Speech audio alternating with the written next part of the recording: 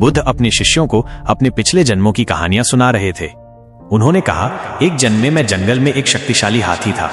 एक दिन घना जंगल अचानक आग की लपटों में घिर गया। आग तेजी से फैल रही थी और सभी जानवर अपनी जान बचाने के लिए इधर उधर भाग रहे थे।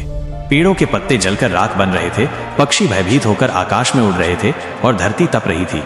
मैं भी अपनी ताकत से दौड़ा, लेकिन आग की लपटें पीछा कर रही थीं। भागते भागते मैं एक विशाल वृक्ष के नीचे पहुंचा और थोड़ी देर रुक गया।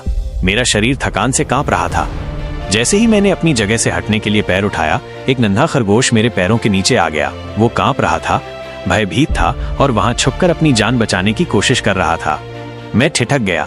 अगर मैं वहां से चला जाता तो सुरक्षित स्थान तक पहुंच सकता था, लेकिन यदि मैंने पैर रखा तो ये नन्हा जीव कुचला जाता। उस क्षण मेरे मन में दया उमड़ी। मैंने सोचा, मेरी शक्ति मेरे लिए नहीं बल्कि दूसरों की रक्षा के लिए है।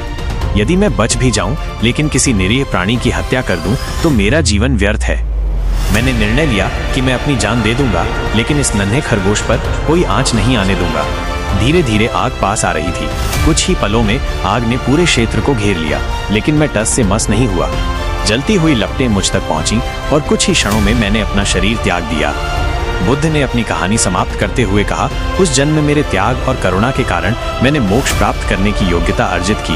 यही कारण है कि आज मैं बुद्ध हूँ। जीवन में सबसे बड़ा धर्म करुणा और त्याग है। शिष्य भाव विभोर हो गए। उन्होंने महसूस किया कि सच्ची महानता सिर्फ ज्ञान में नहीं बल्कि दूसरों के लिए त्याग और प्रेम में भी है।